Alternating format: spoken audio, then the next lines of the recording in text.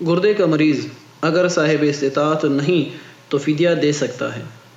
سوال: کیا فرماتے ہیں علماء دین اس مسئلے کے بارے میں کہ میرا گردہ 15-20 سال سے خراب ہے اور دوسرا گردہ کو بھی مرض لگ گیا ہے؟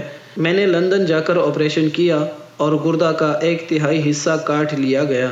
اب میں روزہ کی طاقت نہیں رکھتا اور وہاں ڈاکٹروں نے کہا کہ روزانہ آپ کم از کم 12 گلاس پی لیا کریں، تو کیا میں رمضان کا فدیہ دے سکتا ہوں؟ جواب: آپ تجربہ کریں کہ پانی نہ پینے سے کون سی تکلیف میں اضافہ ہوتا ہے۔